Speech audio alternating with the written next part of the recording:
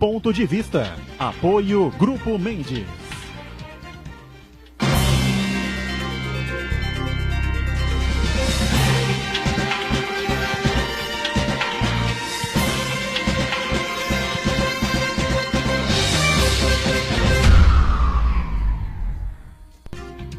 Olá, está começando aqui mais um Ponto de Vista, né? Você sempre confere com a gente de segunda a sexta, neste horário da 1h30 da tarde, tradição do debate político, da discussão dos temas que formam a pauta aqui da cidade, da região metropolitana e também, claro, os debates aprofundados sobre os temas, sobre os assuntos de interesse nacional, que são muitos, né? No dia a dia aqui que a gente vem acompanhando da nossa República. Ontem a decisão do STF, 5-0, né? Entre os ministros da primeira turma, levando a réu o senador Aécio Neves, que, como todo mundo lembra, foi presidenciável, né, candidato à presidência da República em 2014, pregava a ética, não é, a honestidade na política, tratar da coisa pública com rigor, não é, com austeridade, enfim, né, acusava a presidente Dilma e o PT, e agora se vê envolvido aí com esse empréstimo de 2 milhões de reais, ao invés de se socorrer de um banco, né, ou de uma instituição financeira qualquer, foi pedir justamente ao dono da JBS, né, o famoso empresário que esteve preso, né, o Joesley Batista, tem o irmão Wesley, né, a dupla Joesley e Wesley aterrorizando os políticos de Brasília. Então, vira réu Aécio Neves. E o PSDB tem essa batata quente na mão, uma entrevista do governador Alckmin hoje pela manhã na Rádio Bandeirantes, ao seu estilo, né, o ex-governador Geraldo Alckmin, candidato ao PSDB, presidente nacional dos tucanos, né, dizendo que a justiça não tem cor, nem amarela, nem azul, nem verde, nem vermelha, né, a justiça tem que ser para todos, né, e se o Aécio errou, ele tem que agora pagar pelo seu erro, ou se ele não errou, se há algum equívoco aí, se defender, não é, dessas acusações que o levam a ser réu. Ontem tomou de 5-0, como eu disse, na primeira turma do STF. Bom, nós estamos abrindo sempre aqui o Ponto de Vista, não é? A nossa reprise sempre aqui na Santa Cecília TV a partir das 20 horas, 8 da noite, para você acompanhar, se não pôde acompanhar e ver o programa ao vivo. Marcos Santana já está lá na ponta com a gente, não é? Sempre atento às redes sociais, às transmissões que fazemos aqui e a sua participação conosco nesta quarta-feira. Tudo certo aí, Santana? Tudo certo, tudo bem. Boa tarde. O Edgar Buturão, que me surpreendeu ontem, logicamente, o Aécio Neves se tornar réu já era uma coisa mais do que esperada e imaginada. Agora, o que me surpreendeu foi a cara de pau do Aécio Neves, que na verdade ele não deu uma entrevista, ele fez um pronunciamento dizendo que estava feliz, porque agora ele finalmente teria a chance de se defender, dar suas explicações, como se, tanto tempo depois assim, ele não teve nenhuma oportunidade de manifestar o seu ponto de vista, né, de se defender, né? Ele foi pego com o batom na cueca e agora ele acha que vai conseguir se defender. Eu quero cumprimentar você que nos acompanha o Ponto de Vista ao vivo, convidar você a participar do programa, mandando sua pergunta, crítica, sugestão, pelo Facebook. Ponto de Vista com Edgar Buturão ou por e-mail, contato@pondevista.tv.br. Os programas anteriores ficam disponíveis na internet também, no nosso portal, no nosso canal no YouTube e também na nossa página no Facebook. E você que nos acompanha na reprise, uma boa noite. Boa noite para você que está sempre acompanhando a gente na reprise, não é? E já apresentando aqui o convidado que está conosco, né? Dois convidados importantes participando com a gente. Aqui à minha esquerda, Adilson Júnior, vereador, né, do PTB, presidente da Câmara de Santos. Tudo bem, vereador? Prazer revê-lo. Tudo bem, Buturão? Uma alegria estar aqui com você. Um grande abraço aos nossos telespectadores. Muito obrigado mais uma vez pela oportunidade de estar aqui. Muito bem. E está com a gente também aqui, já quase que a postos para participar do programa. Agora sim, né? Tudo certo, arrumando o seu microfone. Pode dar um corte aqui para o Rogério Santos, secretário de governo. Participa aqui, colabora com a gente também mais uma edição do Ponto de Vista. Tá aí o Rogério. Tudo bem, Rogério? Prazer também tê-lo a bordo. Boa tarde, doutor. Boa tarde a todos. Boa tarde você aí em casa assistindo mais um programa. Um grande debate aí com o nosso presidente da Câmara hoje. Pois é, a gente falava aqui com o Santana da situação que envolve o ex-presidente nacional do PSDB, né? E agora ele, mas tantos outros, vão ter que se virar na justiça e vão rebolar para poder provar alguma coisa. Eu vou começar aqui com a polêmica de ontem, né? Que nós discutimos. Na semana passada recebemos 2 vereadores aqui, o Brás Antunes e o vereador Boquinha, né? O Aldo Neto estava com a gente no programa, o Aldo deu uma espinafrada aqui nos dois, com relação exatamente a essa questão de títulos, né, que os vereadores dão a determinadas figuras na Câmara de Santos, que não tem, pelo menos assim, a olho nu, né, uma relação direta com a cidade. E agora, na segunda-feira, vem o vereador Augusto, né, que é do PSDB, e lança aí o projeto de dar um título de cidadão emérito, se não estou enganado, ao ex-prefeito de São Paulo, João Dória, né? E ninguém entendeu nada aqui na mesa, então eu queria que o presidente da Câmara explicasse como é que funciona isso, né? Porque os 2 vereadores chegaram a falar até em possibilidade de ilegalidade estariam sendo cometidos, alguns títulos teriam já sido dados anteriormente, não é? Fora do que diz a legislação municipal. Enfim, Adilson, você tem o conhecimento aí de alguma participação importante, de algum feito importante de João Dória aqui pela cidade, não? Além de torcer para o Santos, isso já é uma grande coisa, né? Claro, é o lado positivo dele. É o lado positivo dele. Pois é, para você ver que tanto dessa questão já há divisões. Para os santistas talvez já é uma grande coisa. O ex-prefeito de São Paulo, que ficou lá por um período curto, mas foi prefeito, ser santista, para outros não. Então divide opiniões, né? Na verdade, existem prerrogativas mais para título de cidadão santista. Por exemplo, para você outorgar alguém o título de cidadão santista, primeiro a pessoa não tem que ser nascida em Santos, mas tem que morar em Santos, estar morando em Santos por 3 anos. Então existem essas prerrogativas. 3 anos? 3. Agora, não são 10, são 3. O cidadão emérito é, de fato, algo que não tem não é muito claro, né? Ou seja, vai do sentimento, efetivamente, do parlamentar que quer otorgar. Ou seja, então, se a pessoa acha que ela pode ser um cidadão emérito da cidade por algum feito, por exemplo, foi em tom de brincadeira, e claro que mas só para ilustrar, né? De repente, olha, porque o cara ali torce para o Santos, vem às vezes aqui nos Jogos do Santos, é uma figura importante e pode contribuir ou contribui com o município, para tanto outorgamos a ela esse título de cidadão emérito. Eu, por exemplo, apresentei, para não falar aqui, né, não diz das flores, não fala da gente, alguém pode me questionar, olha, estou outorgando aí para o Rubens Ometo o título de cidadão emérito. Qual é a relação dele? Porque ele tem a COSAN? Não, porque ele é o representante do Comunitas, que é o padrinho da cidade de Santos e aplica 5 milhões de reais, não é isso, Rogério me corrige, na cidade por ele ser padrinho. Ou seja, então eu outorguei a ele, e talvez isso possa ter algum questionamento nesse sentido, porque entendi que ele, de fato, investe na cidade, não só com as suas questões particulares e as suas empresas, mas que neste grupo que compõe o Comunitas é o representante da cidade de Santos. Então você veja que talvez algumas pessoas possam entender que não, que é um cara que não merece, que talvez outros mereçam. Até outros também merecem, mas a possibilidade do vereador outorgar é pequena, né? Em 4 anos de legislatura, ele tem só 4 proposituras para entregar. Ou é um cidadão santista, ou um emérito, ou 2 eméritos, ou 2 santistas, além das placas. É que como todos fazem, né? Aí salta aos olhos essas homenagens aí que a gente não consegue. Mas são poucas, Não, cada vereador tem 4 ao longo do seu mandato. Do mandato, Tudo bem, mas que não são títulos. 4, na verdade, são 2. 80. Títulos são 2, ou emérito ou cidadão santista, e as placas que você geralmente outorga à personalidade jurídica, né? Uma placa de comemoração, pela passagem de um aniversário, ou que o vale. Se o Dória tivesse uma quitanda aqui em Santos, né, tudo bem, entenderia. Vende frutas, vende qualquer coisa que ele tivesse aqui em Santos. Né? Eu, sinceramente, não desconheço qualquer ligação do João Dória com a cidade de Santos, a não ser o fato de ser torcedor do Santos, e ele é mesmo, né?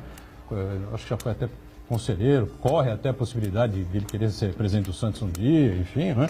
Que seja, tudo bem, mas acho que isso não significa a possibilidade de receber uma outorga ou um título, sei lá, na Câmara de Santos. Sei lá. Bom, Rogério Santos, curiosidade de todos nós aqui, né? Havia uma expectativa muito grande com relação ao investimento feito lá na Ponta da Praia, os bags, né, que foram colocados lá. E havia, o prefeito até chegou a dizer aqui no final do Carnaval, né, que era uma insanidade o que o Ministério Público estava fazendo, porque havia a projeção de ressacas, de chuvas fortes, né, de maré alta, exatamente quando aconteceu mesmo, que foi nesse final de semana último aí. Como é que a coisa andou? Já deu para fazer um balanço, enfim? Foi positivo. A gente sabe que não teve a ressaca como teve dos outros anos, né? Não foi um aumento de maré significativo, 2 metros, teve chuva, enfim, vento, uma mudança de temperatura que todos nós estamos sentindo, né? Nos últimos dias até um pouco de frio, mas houve um comportamento muito positivo em relação às barreiras, né? Elas vão se tornar mais eficientes com o passar do tempo. Hoje você tem lá os bags, né, esses sacos preenchidos por areia, submersos, e eles já são por si só uma barreira, claramente. Mas eles também vão fazer com que o decorrer do tempo vai haver uma sedimentação, um acúmulo de areia em torno deles, o que aumenta um banco de areia naquela área, o que vai fazer com que as ondas quebrem antes e também vai promover o engordamento do trecho aonde a cidade perdeu areia ali na ponta da praia, naquela região em frente ao aquário. Então a reconstituição daquele trecho, naturalmente, provocado pelo bag, vai formar novamente uma praia, voltar a ter areia, e a melhor maneira de proteger a praia é a areia. Então isso vai trazer uma transformação ao longo do tempo. Então quanto mais tempo passa, mais ele eficiente fica. E lembrando também que, além de uma obra, ele é mais ainda um estudo, porque o formato como ele foi composto permite retificações, preenchimentos, aumentos, enfim. E tudo isso vai ser monitorado e verificado, todos os seus impactos positivos e de que maneira pode ser aprimorado. O primeiro teste foi bom, passou. É isso que eu ia perguntar para você. Eu estive lá. Teste, não? Valeu. Eu estive lá no local, aliás, eu estava com a minha filha em casa, com a Fernanda, e ela recebeu um vídeo aí de alguns amigos. Olha, pai, aqui uma onda no carro e tal. Eu falei, mas essa imagem não é atual. E eu fui pessoalmente. Fui lá no local e verifiquei que não. As pessoas, inclusive, muitos curiosos na mureta da praia, com guarda-chuva, capa de chuva, olhando. Eu observei realmente ondas grandes para aquela área ali da ponta da praia, mas não houve nenhum avanço excessivo. Então, no primeiro teste, passou. E temos certeza que é uma metodologia eficiente, até porque no Brasil é inédito, mas em várias partes do mundo ela já foi feita e nós temos o respaldo aí de uma universidade, das melhores universidades do Brasil, né, que é a Unicamp, os 2 professores dedicados, e todos os estudos aqui que as universidades, inclusive aqui da região, a própria Unisanta aí tem uma grande área de estudo e contribui muito para que a gente tenha concluído e tenha feito esse projeto. Secretário, felizmente na ponta da praia não houve inundação, até por conta dessa experiência aí que aparentemente está sendo bem exitosa. Agora, por outro lado, a entrada da cidade, mais uma vez, sofreu muito ali com a chuva forte, que parece que coincidiu também com maré alta, e aí mais um capítulo da eterna novela de enchentes e inundações ali na entrada da cidade. E uma semana anterior a essa enchente, a prefeitura parece que fez uma limpeza numa área de uma empresa ligada ao porto, e viu ali e recolheu centenas de garrafas PET, lixo, né, que acaba obstruindo a rede de água pluvial, que prejudica ainda mais, agrava ainda mais o problema. Então eu queria saber do senhor se a prefeitura vai intensificar esse trabalho de limpeza e fiscalização de áreas que são particulares, mas que contribuem para agravar esse problema, e como é que está o cronograma de obras das intervenções na entrada da cidade, para finalmente a gente acabar de ter esse problema ali naquela região tão importante, não só para moradores, mas pessoas que visitam a cidade, pessoas que moram em Santos e trabalham em São Paulo, o próprio fluxo de cargas para o Porto de Santos, que acaba sendo prejudicado. A prefeitura trabalha todo dia nas soluções das questões de enchente. Assim, Santana, não só a entrada da cidade, mas Canal 3, Canal 2, trechos da Ponta da Praia, no Boqueirão, enfim, várias áreas da cidade, a Zona Noroeste. Quando você tem maré alta e chuva excessiva, e a gente tem que lembrar que choveu mais de 200 milímetros em 24 horas, muito, verdade. Isso é mais do que metade do que deveria chover metade do mês, quer dizer, um volume absurdo. A gente vê. Tivemos aí o episódio em Belo Horizonte, há semanas atrás, que os carros foram levados e gente morreu dentro do carro, foi arrastado pela chuva. A força da natureza é muito grande. E nós vivemos na Baixada Santista, né? Nós tivemos problema aí na estrada, Mogi Bertioga, enfim. Nós vivemos numa região de baixada. Alguns pontos da cidade, nós estamos a 1,10 m da maré média, 1,10 m de altura. Aqueles locais, como a própria entrada da cidade. Aquele horário de domingo, a maré estava a 2 metros, né, às 3h30 da tarde. É impossível você segurar o mar, não segura. Existem soluções? Existem. A microdrenagem, que são a limpeza constante que a prefeitura faz nas galerias, a questão dos canais. O prefeito agora lançou a licitação, 2,5 milhões em investimentos em nova tecnologia para os canais, para que eles funcionem de uma maneira mais eficiente. Vai resolver? Não vai. A Holanda... Os Países Baixos têm tecnologia de ponta e constantemente não adianta. O mar invade, são Países Baixos, né? E a prefeitura tem investido no seu dia a dia, tanto na educação, na questão da educação ambiental. Santos hoje é uma referência pela sua lei dos resíduos sólidos, tem um trabalho muito eficiente, né? É sempre uma nota positiva em termos de limpeza pública, enfim. Tem as suas equipes que fazem o trabalho que as pessoas não veem, que são os trabalhos de limpeza de galeria, limpeza das bocas de lobo, dos próprios canais, manutenção. Isso é feito diariamente. A população tem que contribuir, é lógico, as empresas têm que contribuir e a gente tem atuado dentro das empresas para que não haja obstrução e o trabalho que é feito em relação à macrodrenagem. Grandes investimentos já foram feitos em vários pontos da cidade, principalmente na região da Zona Noroeste, e no Morro, inclusive contenções, né? Santos é uma área de grande risco em relação, falando de drenagem, que também envolve deslizamento dos morros, e os investimentos que estão sendo feitos, que são incorporados à entrada da cidade. A galeria longitudinal e transversal na Martins Fontes, isso vai ajudar e muito a terminar, a diminuir e muito o alagamento da entrada da cidade, desde que o governo federal, a parte federal, também faça a dela. Na entrada da cidade, nós temos 2 pontos críticos. Um em frente ao Saboó, que é o Rio Lenheiros. Esse rio foi canalizado ao longo dos anos e passa por baixo da Avenida Martins Fontes. Mas quando chega ali na barreira do muro, que passa a ser a área do governo federal, nós temos algumas barreiras que foram feitas ao longo do tempo. Então, muitas vezes, você tem a Martins Fontes, a entrada da cidade, cheia, e se você olhar o muro do lado de lá, o Rio Lenheiros está represado. Represado por conta da sujeira, de obras que foram feitas e que precisam ser remodeladas por parte do governo federal para que haja um escoamento. Essa área federal, a prefeitura não pode interferir? Ela tem interferido, ela tem conversado bastante porque existem concessões, enfim, existe uma série de situações, pertence ao SPU, enfim, várias situações. E tem se conversado, e existem dificuldades, inclusive jurídicas, para que isso seja feito. Mas tem conversado, e atitudes têm sido tomadas. Não, bom ficar claro, porque as pessoas cobram, né? O próprio Ministério Público tem apoiado, a Câmara tem feito um trabalho importante também. Todo esse trabalho que a gente tem construído ao longo do tempo é em parceria com o Poder Legislativo, que tem cobrado o Executivo e tem ajudado, inclusive, na questão das leis e dos pedidos de empréstimo, enfim, buscas ao recurso federal. Então, é um trabalho incansável. O fato é que há mais de 40 anos não se faz uma obra relevante na entrada da cidade. E isso precisa ser feito.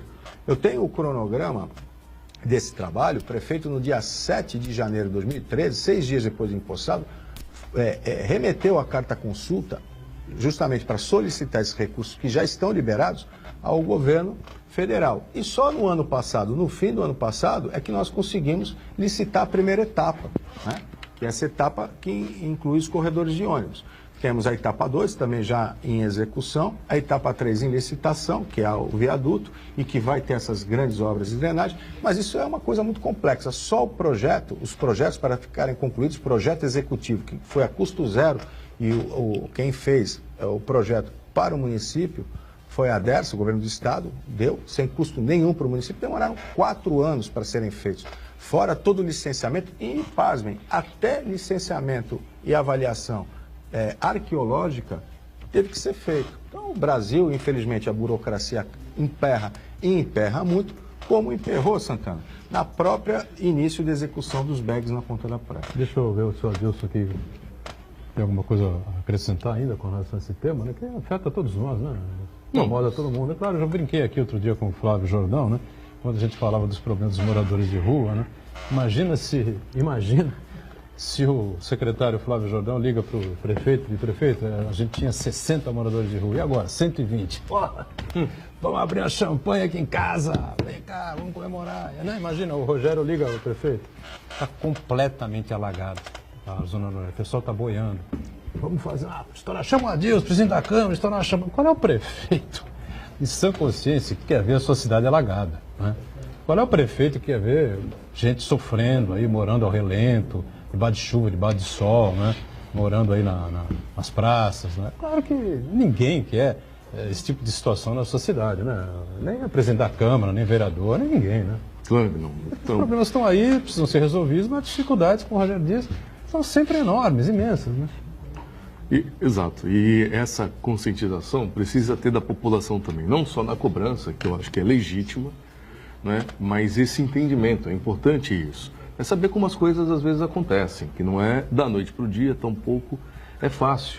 Né? Você imagina, eu já estava falando agora da entrada da cidade que aflige ali, não só os moradores da Zona Noroeste, mas todos aqueles que precisam chegar a Santos ou sair de Santos. Né? Aliado a isso, as enchentes que acontecem nos bairros da Zona Noroeste, né? Mais em especial o Jardim Castelo, o Jardim Rádio Clube, a Lemoa, entre outros, que são mais afetados com a questão das enchentes.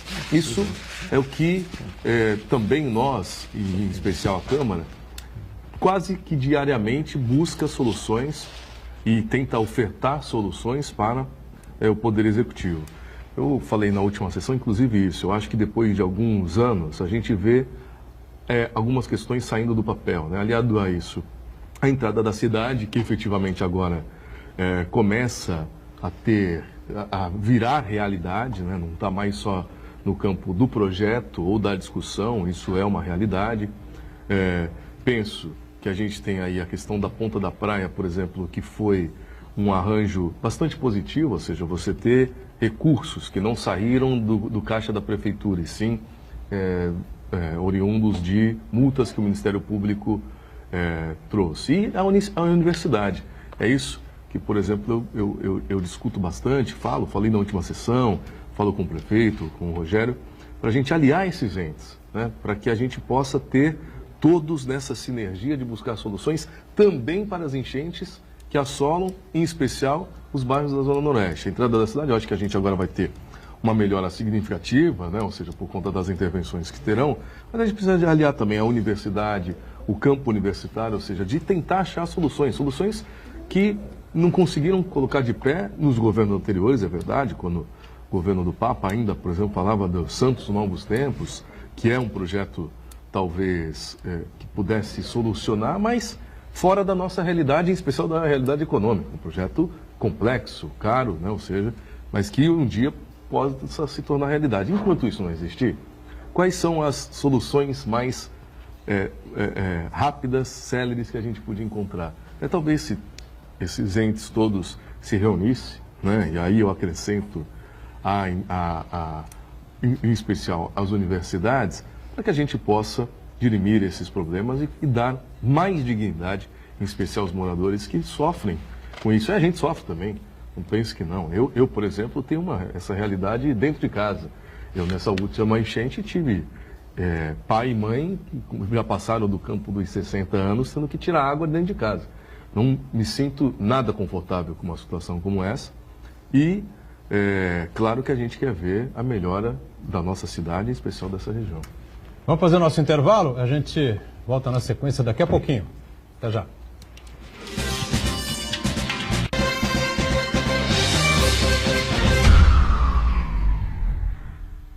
Existe um lugar em Santos onde você encontra os empreendimentos mais fascinantes da região. Um lugar amplo, aconchegante, feito para oferecer o melhor atendimento para você. Um lugar que reúne as melhores opções residenciais e comerciais nos bairros mais nobres de Santos. Um lugar que a gente nem precisava dizer, porque você já sabe. Central de Vendas Grupo Mendes, Rua Guaiaó 55, Aparecida. Venha fechar um bom negócio para abrir as portas do seu novo lugar.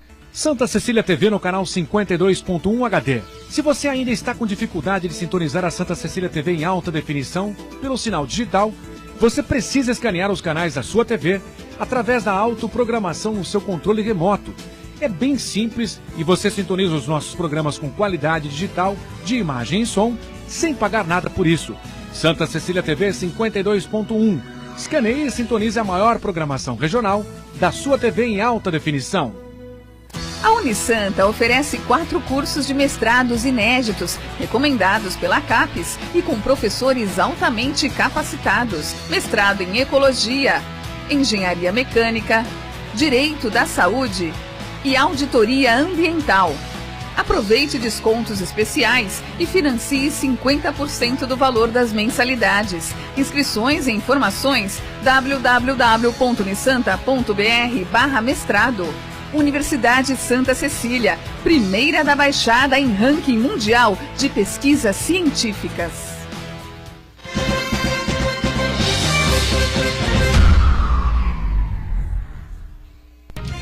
Bom, sequência aqui do nosso ponto de vista, que é do presidente da Câmara, Rogério Santos está aqui à direita, né? Presidente da Câmara, Adilson Júnior, que é do PTB, né?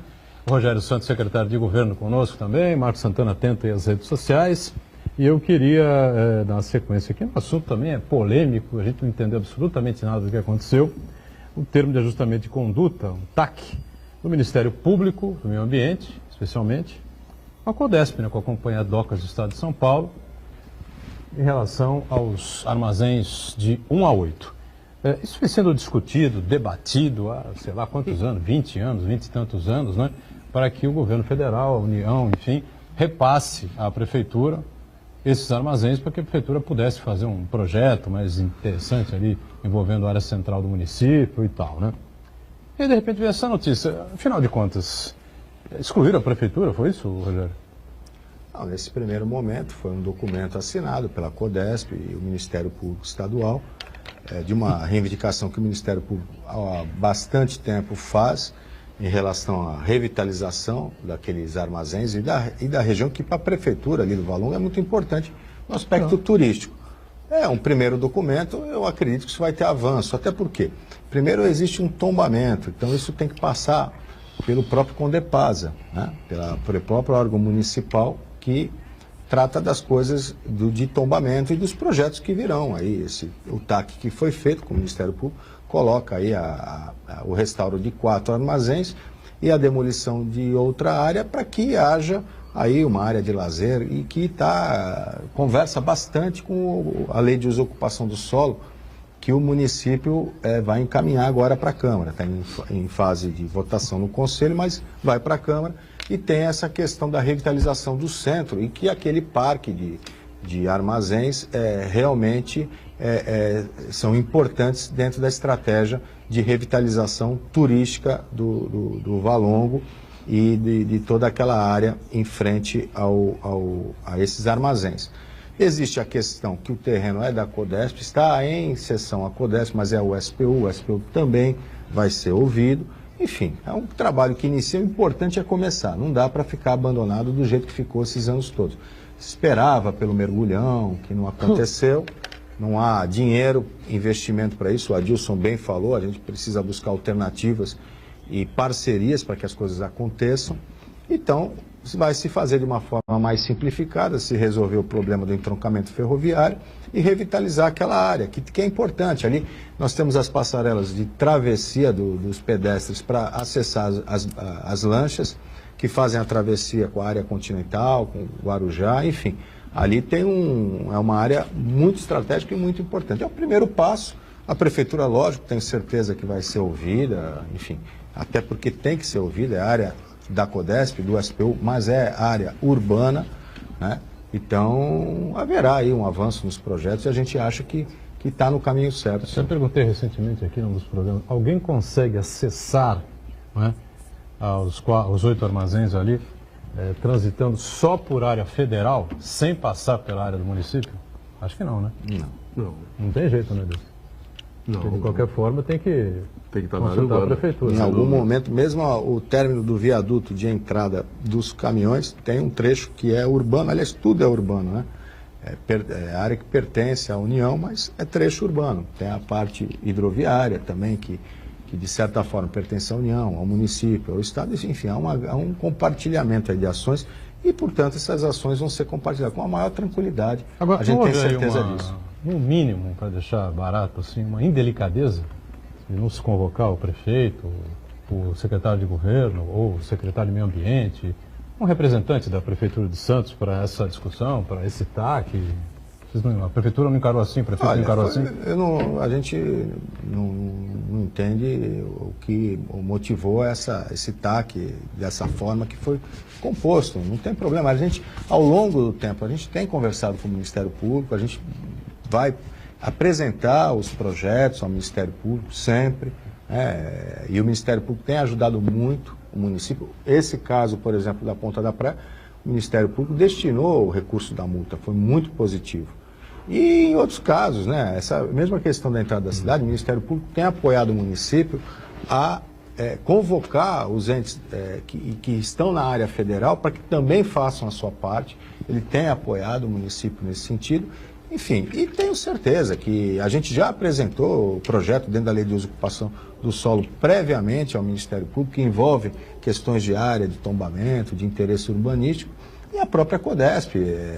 É lógico que todos nós, santistas e da região, gostaríamos que a CODESP fosse um órgão mais próximo da nossa cidade, da nossa região, em termos de administrativo. A gente sabe que as decisões dependem lá de cima de Brasília, mas a CODESP tem feito sim um trabalho de aproximação e a gente acredita aí que vai sair um bom projeto para a cidade e que também vai ter que a Câmara ser consultada. Então, alguma coisa aí, Santana? Secretário, eu gostaria de abordar um outro tema também ligado ao Porto, que foi uma vitória importante que a cidade teve.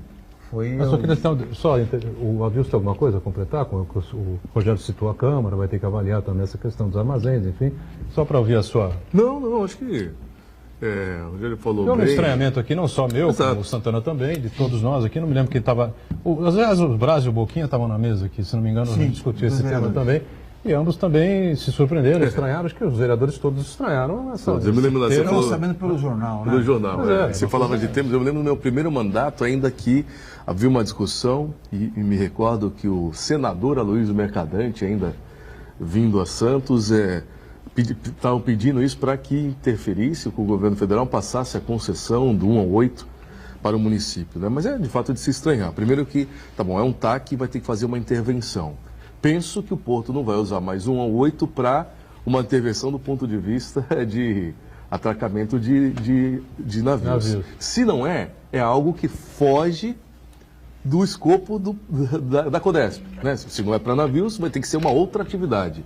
Se não é uma atividade portuária ou correlata, é algo que não compete à CODESP. No mínimo, ela teria que consultar, ou seja, o que está se planejando para aquela área, que é o poder concernente, que é a prefeitura. Como se disse, eu acho que é, no mínimo, estranho. Mas eu acho que é um avanço, é um ponto inicial. Vamos aguardar. Eu mesmo falei com o presidente da CODESP, até porque a Câmara fez uma audiência pública nesse sentido e a gente teve a oportunidade de se falar. Ele falou, olha, é muito embrionário ainda. Acho que a gente só avança nesse sentido para ter a participação até de recursos da CODESP e vamos aguardar aí as cenas dos próximos capítulos para saber o que a gente pode fazer. Diga, Santana. Então, justamente, eu quero abordar outro assunto também ligado ao Porto, que é a vitória que a cidade teve, que conseguiu provar na justiça o direito de cobrar IPTU das empresas que atuam no Porto de Santos. Apesar de que tem ex-prefeito que diz que foi ele que fez, né? Meio que desmerecendo todo o trabalho dos profissionais, os funcionários da Secretaria de Finanças, da Procuradoria, da área jurídica da Prefeitura de Santos. Para ele, foi ele que fez, né? Mas... Não foi no governo dele que começou, não é essa briga? Foi ele que começou, mas parece que foi uma canetada. Ele que, não, claro. Evidentemente que... Se fosse ele que fez, teria resolvido no governo dele, não foi possível. Mas foi ele que iniciou a emissão essa briga. Foi um trabalho muito grande, muito forte das equipes técnicas da Prefeitura de Santos. Ao longo de vários mandatos. Né? A César o que é de César e a Beto o que é de Beto. Na verdade, quem começou, depois deixaram adormecido e agora o governo cutucou. Cutucou e resolveu.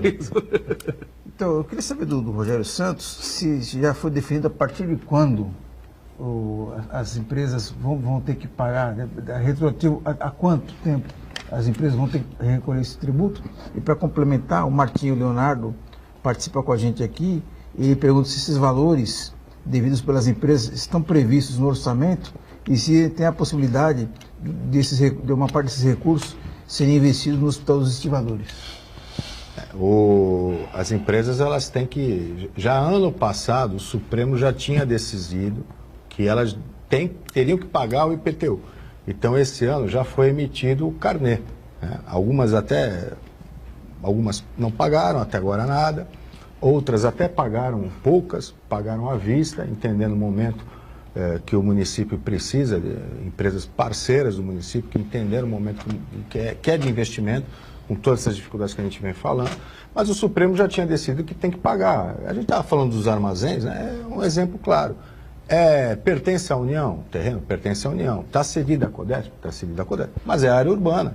O Estatuto das Cidades, ele deixa bem claro isso. Foi um avanço.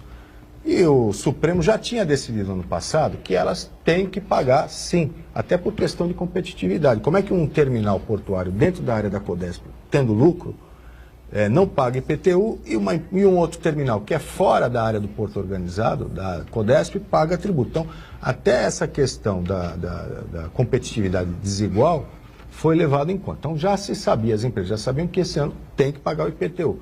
Isso traz aí um recurso aproximadamente de 14, 13 milhões ao ano para o município, e os carnês já foram emitidos. Em relação à sentença que saiu agora, né, o embargo foi esclarecido, é o retroativo, e aí o mérito do deputado e do prefeito Beto, que há 20 anos atrás entrou com esse processo. Então é retroativo desde o momento que foi emitido esses carnês. Então, são 600 milhões? Aproximadamente 600 milhões. Precisa ser revisto, pode ser mais, pode ser menos, porque precisa se fazer um recadastro, empresas que muitas vezes deixaram de existir, enfim, existe toda uma situação assim, mas a princípio 600 milhões.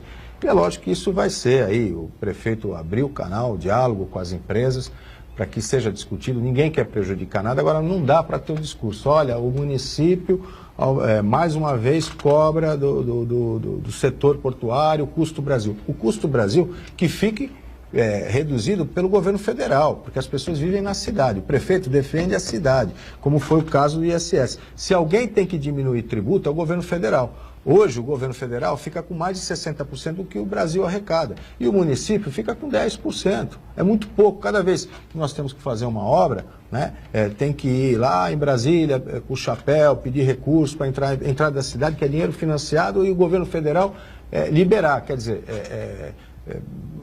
é muito travado. Por isso, o tempo de resposta para coisas necessárias é demorado. Não tem dinheiro para tudo, você tem um excesso de burocracia, o dinheiro está longe, está no governo federal e os municípios... Você tem esperança que algum candidato à presidência, candidato ou candidata, se comprometa com essa revisão do pacto aí? Eu não tenho dúvida. Qualquer candidato sério vai falar em reformas. O Brasil ocupa os piores indicadores em termos de competitividade, em termos de eficiência, em termos de alfabetização, em tudo. Né? Há 30, 40 anos atrás, nós estamos no mesmo nível do que a China, do que a Índia. Né? Países que deslancharam e que desenvolveram, e o Brasil ficou parado. Hoje, nenhuma empresa, as empresas têm muito receio de vir para o Brasil. Primeiro, são mais de 40 impostos, e nos outros países, 5, 10 impostos. A maior carga tributária do mundo, 36%, 38%. Inviável. Então, eu vi uma matéria essa semana que é do carro híbrido. Então, um exemplo, a Toyota está fabricando um carro híbrido que nos Estados Unidos custa R$80 mil, passando de dólar para real, R$80 mil. Esse carro no Brasil é pouco vendido porque aqui custa 150 mil. Ó, a diferença de 80 para 150, 70 mil. O que é isso? É carga tributária. Enfim, isso não vai levar a lugar nenhum.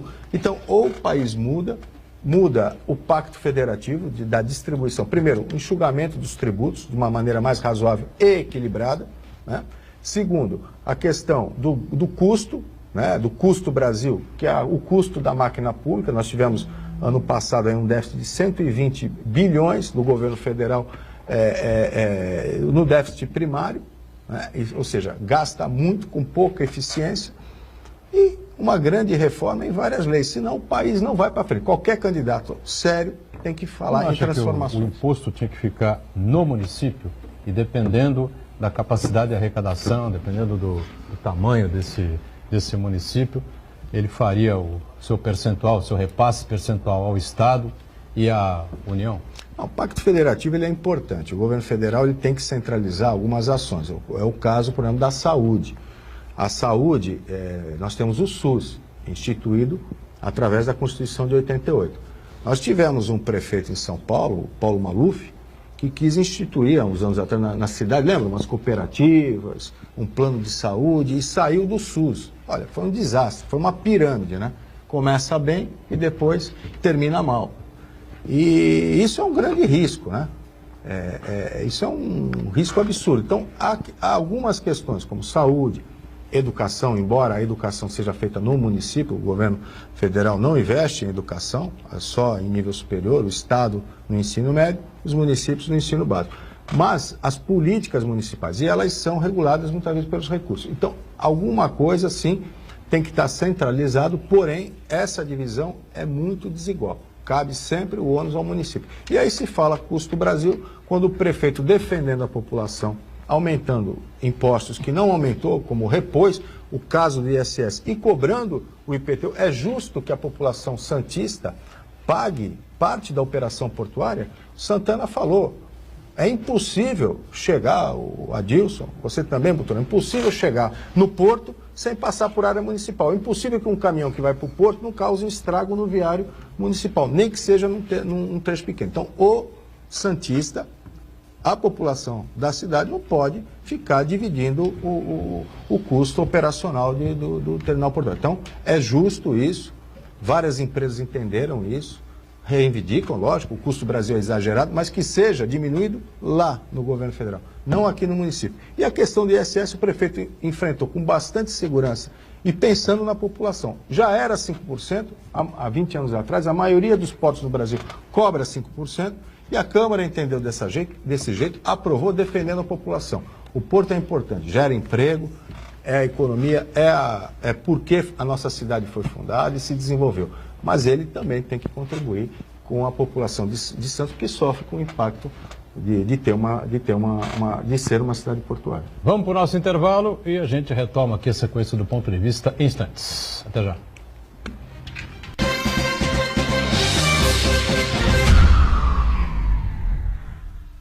Existe um lugar em Santos onde você encontra os empreendimentos mais fascinantes da região. Um lugar amplo, aconchegante, feito para oferecer o melhor atendimento para você. Um lugar que reúne as melhores opções residenciais e comerciais nos bairros mais nobres de Santos. Um lugar que a gente nem precisava dizer, porque você já sabe. Central de Vendas Grupo Mendes, Rua Guaiaó 55, Aparecida. Venha fechar um bom negócio para abrir as portas do seu novo lugar. Poliesportivo Unisanta, cuidando do seu corpo e da sua mente.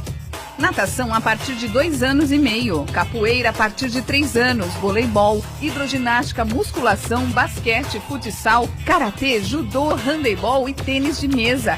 Equipamentos modernos, piscina olímpica aquecida e professores especializados. Mensalidades a partir de R$ 48,00. Poliesportivo Unisanta. Informações 3202-7126.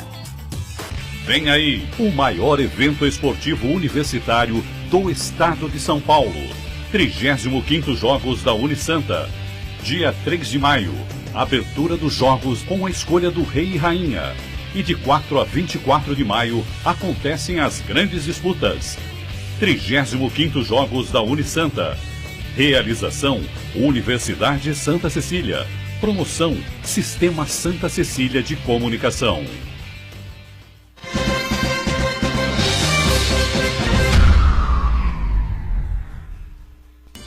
Muito bem, sequência aqui do nosso ponto de vista, ainda a conversa importante com o Rogério Santos e com o presidente da Câmara, Adilson Júnior. Eu queria colocar uma situação aqui, o Rogério e Adilson, que uma coisa que me incomoda um pouco, que é o seguinte, é mais ligado a CT, certo? O seu Xará, companhia de tráfego aqui de Santos, mas pode ser discutido, passada para ele, enfim. Eu acho que precisava de um investimento um pouco maior daqui da cidade na faixa viva, entendeu?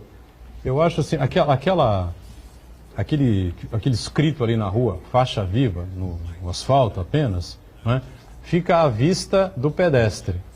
Mas o motorista que vem, inúmeras vezes, ele não se liga que ali é a faixa viva. Eu acho que precisa, onde tem faixa viva, eu acho que seria interessante a CT conversar com o governo, enfim, essa coisa toda, para você colocar ali uma chamada, uma faixa, um luminário, não sei, um pouco mais visível, que é para o pessoal se ligar. Porque muita gente fica ali parada na faixa viva e não sabe que se pisar e estender a mão, o motorista é obrigado a parar. Especialmente pessoas de mais idade. Então fica ali esperando e passa carro e tal. E a pessoa fica ali parada. Se ela esticar o braço, o motorista é obrigado a parar. E quando a pessoa estica o braço, e o pior tem o contrário também. Tem muita gente que dá 3, 4 passos, estica o braço e não é a faixa viva. Entendeu? Então, a gente precisava conversar com o presidente da CT, viu, Rogério? Eu acho que isso aí precisava ter um pouquinho mais de visibilidade para as pessoas. Não sei se o Adilson entende assim também. Não, primeiro eu acho que o programa Faixa Viva foi um programa positivo. Positivo. Né? É claro que ele barra em algumas dificuldades. Primeiro do ponto de vista da resolução do CONTRAN, que impede algumas ações às vezes. Por exemplo, você viu ultimamente aí algumas cidades até adotando isso, em especial nas redes sociais, aquelas lombofaixa, não faixa, aquelas faixas 3D. Né? Teve municípios vizinhos que fizeram. Que não pode. Mas é uma coisa positiva. Mas se você for na resolução do CONTRAN, que é o Código Nacional de Trânsito, aquilo não pode ser feito. Você vê em alguns lugares, por exemplo, motofaixas, aquilo não pode. Então, assim, existem algumas coisas que poderiam ser positivas, mas que barram as legislações.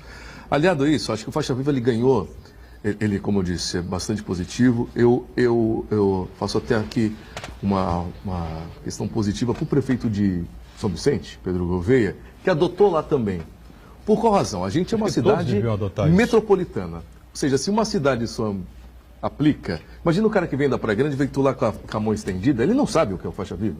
Porque ele não está intimamente ligado àquilo. O que será que esse cara quer, né? Quiçá de outros lugares, como a gente é uma cidade turística. Mas olha, se falar só da região, também deveria ser uma aplicação num sentido metropolitano. Ou seja, conversar, de fato, com todas as companhias de engenharia de tráfego e tal, e isso ser uma coisa metropolitana, principalmente nas cidades aqui co-irmãs, né? Santos, São Vicente, Praia Grande, tem razão, claro. Cubatão. Para isso ter um sentido único, não é? Mas, de fato, eu acho que pode-se não só aprimorar, mas precisa potencializar ainda mais o programa, que é positivo, ou seja, eu acho que isso dá uma fluidez no trânsito do que você, de repente, colocar ali um semáforo, ou o que o valha, e merece uma atenção talvez especial. É isso, Rogério? O Adilson falou bem, é isso mesmo. Vamos E você tem razão. Não, mas ele tem feito aí um trabalho, estudos para que isso aconteça. Às vezes, ganhe mais visibilidade aquilo. E até, Botrão, você tem razão, porque assim, a questão pedestre está bem, eu acho que a população santista, ela respeita bem, o motorista respeita, sim, a maioria respeita o faixa viva. É uma questão de costume, né? No começo você breca em cima, hoje as pessoas já se acomodaram e se respeitam bastante. Mas somos uma cidade turística, né? Vem pessoas de fora, motoristas que em outras cidades não acontece isso. Então acaba acontecendo. Mas eu acho que o programa está indo bem, uma adesão, as pessoas, a maioria respeita. Agora, tem gente que não tem jeito, né? Não quer respeitar nada, só pensa em si. Mas eu vejo que em Santos se pratica assim a cortesia e essa questão da faixa viva tem sido Eu só queria, exemplo. rapidamente, antes da gente seguir, o Marco Santana quer colocar também um assunto, não sei se é na mesma linha. A gente falava no bloco anterior, e eu acabei entrando direto da faixa viva, uma coisa que está na minha cabeça há muito tempo, então o Rogério vem, o prefeito vem e tal, e aí os assuntos se acumulam e a gente acaba não falando. Então, dessa vez eu resolvi levantar esse tema. Mas a gente falava sobre o centro de Santos, sobre os armazéns de 1 a 4, enfim, você falava da questão da área urbana, enfim. Aí uma pessoa está circulando por Santos, está lá na Praça Mauá, vai em direção ao Valongo, enfim. Aí ele está na igreja do Valongo, no museu, em frente ao Museu Pelé, ele circulando ali. Ele está em Santos, concorda? Sim. Aí quando ele vai, atravessa e pega lá a Avenida do Porto ali, a área portuária, aí ele sai de Santos. E entra onde? No Brasil? É Santos ali. Inclusive as pessoas que pegam as lanchas, né? Que são do governo do estado. Não. Aí você está ali na avenida, você atravessa a avenida e vai lá no armazém. Para tocar no armazém, só para encostar o dedo no armazém, ou qualquer um deles. Onde é que você está? Não está mais em Santos. Isso é uma completa loucura, concorda? Então, mas é complicado. Você vê, a própria obra da erosão da praia, muitas pessoas falam, poxa, é o governo federal que tem que fazer essa obra. Realmente, é no mar, né, 150 metros de distância e tal, mas a Codesp não estava fazendo. Então o prefeito não ficou esperando. Vamos fazer, vamos trabalhar, pedimos autorização para a SPU, para a Codesp, para a Capitania dos Portos, enfim, fizemos a lição lá e o município tomou atitude. Eu vou fazer. Conseguiu o apoio do Ministério Público com o recurso, o apoio da universidade, é isso que o Adilson falou. Juntou todo mundo, a Codesp não conseguiu resolver, o município não podia deixar que a população ficasse sofrendo toda hora com isso. Fomos lá e buscamos a solução. Então, essa questão do território, mesmo o Estatuto das Cidades é bem claro. Em cidades portuárias, o que prevalece é a cidade, inclusive participando do plano de zoneamento. Podia ser até o Dário Gonzalez me passa uma mensagem aqui, eu vou repassar para o Rogério daqui a pouquinho no ar, né? Sobre a Rua Gourmet, enfim, se há uma possibilidade de se colocar isso aqui na cidade, mas seria uma sugestão para o turismo aqui da cidade. Você quer estar em lugar nenhum? Venha para Santos. Que tal? É uma ideia, né? Você quer estar em lugar nenhum? Não existe isso em canto nenhum do planeta. Só existe aqui. Você sai do Valongo, tá certo? De acordo com a União, né? Aí quando você atravessa e fica ali próximo dos armazéns, você está em lugar nenhum, concorda? Porque você não está em Santos, segundo a União, e está em área federal. O que é área federal? Né? Isso é uma completa loucura. Isso devia ser tudo repassado para o município, não é? Com as devidas vantagens, a cidade tomar conta, o porto ser dirigido pelo Estado, pela tripartite, o município tinha que ter um peso maior, enfim. E fica aí essa situação que é simplesmente absurda, né? Diga, senhor. Eu queria fazer uma pergunta para o presidente da Câmara. Na semana passada a gente recebeu aqui o secretário adjunto de Desenvolvimento Urbano, o Glaucus Farinello, e ele estava falando sobre a participação da população em audiências públicas para discutir tanto o plano diretor como a lei de uso e ocupação do solo.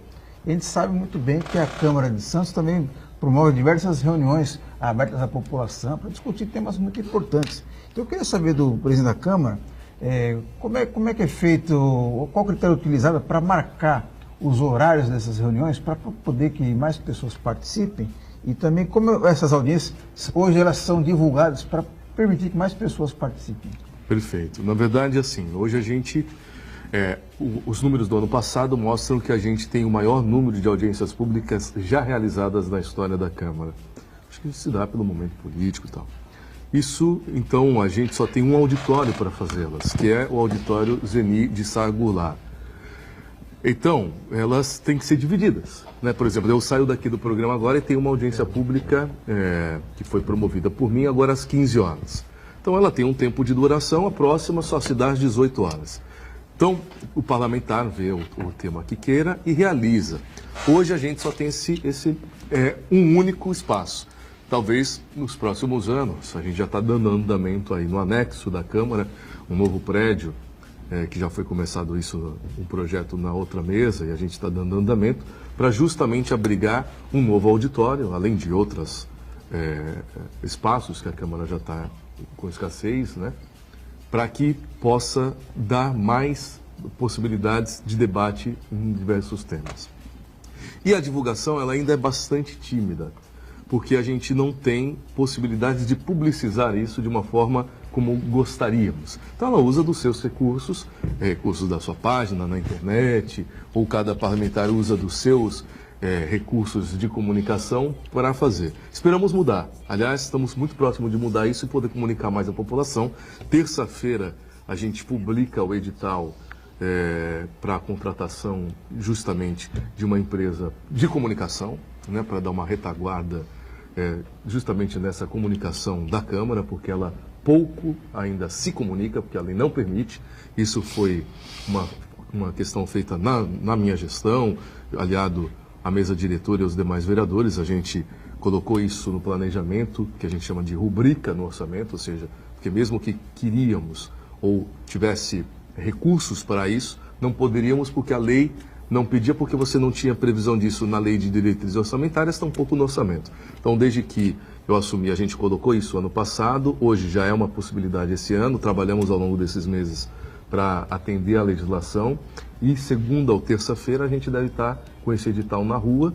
Lógico que ele tem um tempo, ele tem uma legislação própria, não é a 8666 que é de licitações, é a lei própria que rege a questões de agências, de publicidade, para a gente poder comunicar melhor, para a gente justamente poder levar na população o que a Câmara está fazendo, mas mais do que isso, poder ter a possibilidade de convocá-las para essas audiências. Tanto que, você falou certo, nós estamos aí em vias de... A Prefeitura já está discutindo, né, uma lei importante, que na verdade é uma tríade, né, ou seja, já teve a lei do plano diretor, a lei do Código de Edificações, agora a lei de uso e ocupação do solo, ou seja, e que às vezes a população pouco participa, quando na verdade é algo que deixa aí para os próximos anos, principalmente a lei do plano diretor. A Câmara, ela é obrigada também a fazer essas audiências, ela ao longo dos anos tem uma capilaridade maior, então ela consegue chamar mais pessoas para a participação,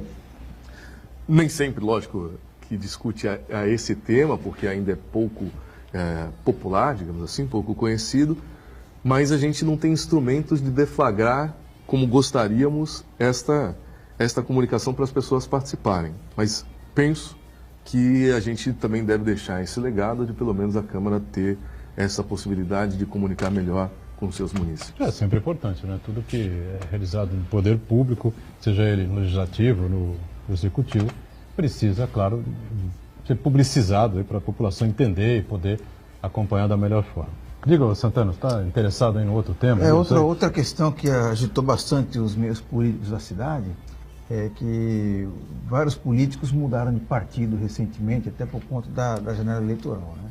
E um deles foi o vereador Kenny, que ele saiu do PSDB e se dirigiu a outro partido, mas mais do que isso daí, ele saiu meio que atirando, ele divulgou uma carta, fazendo uma série de acusações a colegas dele na Câmara de Santos e também ao governo municipal, acusando o governo de estar pressionando ele a votar contra a sua consciência, a adotar um outro tipo de postura. Então eu queria saber do senhor, como é que o governo recebeu essas críticas? Olha, não recebeu bem, o partido não recebeu bem as críticas, nem a bancada do governo na Câmara. Lógico que todos os vereadores têm a sua independência, mas anteriormente os próprios vereadores do PSDB tinham feito uma carta endereçada ao vereador se comprometendo a não pedir seu mandato, porque assim, o Kenny ele não sai na janela partidária, a janela é apenas para os deputados. E os vereadores poderiam pedir o mandato do Kenny, um suplente, mas assinou um documento dizendo, olha, nós não vamos pedir, entendemos, lamentamos a sua saída e tal. Sempre foi conversado com o vereador que ele teria legenda. Eu lembro que na posse do próprio presidente do PSDB, do Flávio Jordão, que várias pessoas falaram, olha, o Kenny é candidato, reuniões com o prefeito, que o prefeito afirmou, você tem legenda sim. E ele, enfim, preferiu sair do partido, na janela partidária, como o Santana falou, 15% dos deputados federais mudaram de partido, né? Inclusive o partido que ele foi, que é o PP, é o partido que mais teve deputados que migraram para o PP vai ter uma boa participação do fundo partidário de campanha, conseguiu agregar aí bastante deputados, se tornando uma bancada importante. E o Kenny, no caso, o vereador não poderia. Os vereadores fizeram uma carta de compromisso e, estranhamente, o vereador, provavelmente mal orientado, entregou uma carta para o partido fazendo sérias acusações graves, e que foram rebatidas. E isso causou um problema, tanto na Câmara, houve vários pronunciamentos, e houve reunião dentro do partido, envolvendo a bancada do PSDB e o Executivo, que foram atingidos. Ele alega que não sabia que essa carta ia ser pública. Olha, ele é um homem público, entrega uma carta para o partido. Essa carta não pode ficar guardada. Provavelmente ele pensou, vou usar a carta para me resguardar, mas com acusações falsas, né? E todas rebatidas. Alegações de que emendas foram perdidas, e isso foi provado que nenhuma emenda foi perdida, de momento algum, de que ele colocou, e que houve perseguição. Em momento nenhum. Nós temos que ter coerência com o que a gente faz e com as medidas que são tomadas. É lógico que existe uma bancada e há uma referência em algumas votações importantes em que o governo recomenda que vote. E temos aí vários momentos em que ele votou contra. Olha, a questão dos servidores públicos, ano passado, o sindicato pedia 15% de reajuste, né? No momento em que o Brasil estava demitindo. Como é que o poder público, quem é o prefeito que não quer dar 15% de aumento? O governo fez uma proposta de reposição da inflação, a Câmara, em sua maioria, votou a favor e se mostrou que foi uma votação consciente, porque no fim do ano faltou recursos, a Câmara socorreu o município para que a gente pudesse pagar o 13º em dia. Se a gente dá 15% de aumento, em agosto não conseguiremos pagar a folha e nem manter os serviços abertos. Precisa governar com responsabilidade. E é lógico que numa votação importante dessa, que implica em fechamento de unidades de saúde e de educação, o Executivo chama o Legislativo, a bancada não só do PSDB, mas da base do governo, e apresenta os números. E assim foi feito. O Adilson acompanhou aí, o secretário de Finanças e Gestão mostraram os números, e a maioria entendeu que realmente ia quebrar o município de Santos. O vereador achou que não deveria, que deveria votar pelo aumento de 15% no momento de recessão, né? Enfim, então nesses momentos, o governo sim pede, mas não exige, tanto é que ele votou contra, como em outros momentos. Agora mesmo, novamente, na questão dos servidores públicos, que o município também agora aprovou junto à Câmara, o reajuste baseado na inflação, do que é possível, ele também se posicionou contra. É uma postura do vereador, e a gente respeita, mas nunca uma perseguição, e sim recomendação. Muito bem, estamos fechando aqui mais um ponto de vista, agradecendo sempre aqui ao presidente da Câmara de Santos, Adilson Júnior, do PTB, pela participação, ao Rogério Santos, secretário de Governo, obrigado aos dois, Marcos Santana sempre com a gente, e nós junto com você de segunda a sexta, 13h, ponto de vista ao vivo, nossa reprise aqui na Santa Cecília TV às 8 da noite. Obrigado, gente, valeu.